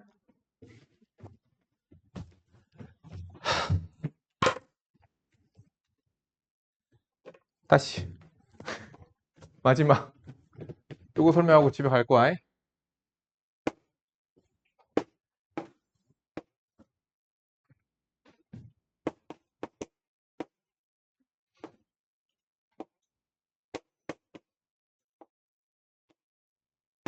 단 이거 등간격이어야 돼. 등간격 간격이 같아야 돼. 자, A에서 B로 갈 건데 C를 거쳐서 B로 가래. 그러면 그거야. 야, 내가 여기서 미안해 오늘 자꾸 널 써서 신비 아파트를 가려고 해. 근데 정자역을 거쳐서 가래. 그럼 내가 생각할 때 어떻게 해야 돼? 정자역으로 가는 방법을 먼저 개수를 세고 정자역에서 신비 아파트를 가는 방법을 계산을 해서 여기서 정자역으로 가는 방법이 4가지고 정자역에서 신비 아파트 가는 방법이 3가지면 곱해서 12가지가 되는 거지. 그 논리랑 똑같은 거야. 그럼 내가 해야 될 건 뭐야? A에서 C로 가는 방법의 수를 세워야 돼. 하나. 더 갈 필요가 없어. 멀리 갈 필요가 없는 거야. 최단 거리야, 지금. A에서 여기 가는 거 2가지, 3가지, 4가지, 3가지, 6가지, 10가지. 그래서 10가지가 있는 거야. 다음, C에서 B를 가려고 해. C에서 B 가는 방법은 1가지, 1가지, 1가지, 1가지, 2가지, 3가지, 3가지, 6가지. 그럼 정답은 몇 가지? 60가지가 되는 거야. 과제는 여기 유형 9번까지 해오시면 됩니다. 수형도 문제는 다음 시간에 설명해 드릴게요. 아씨, 과제 너무 적은데? 몇 문제야? 유형 8까지? 과제 몇 문제니?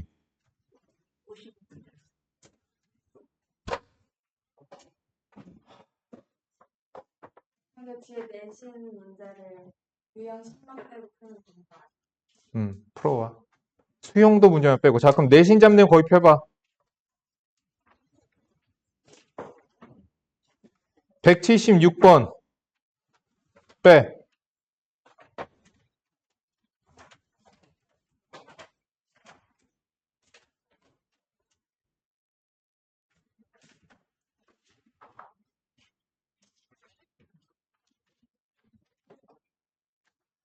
야, 이거 너무 어려운데, 여기.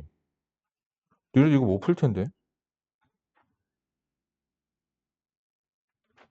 여기까지만 해와봐. 212페이지까지만 해와봐. 잘라서 나가야 되겠다.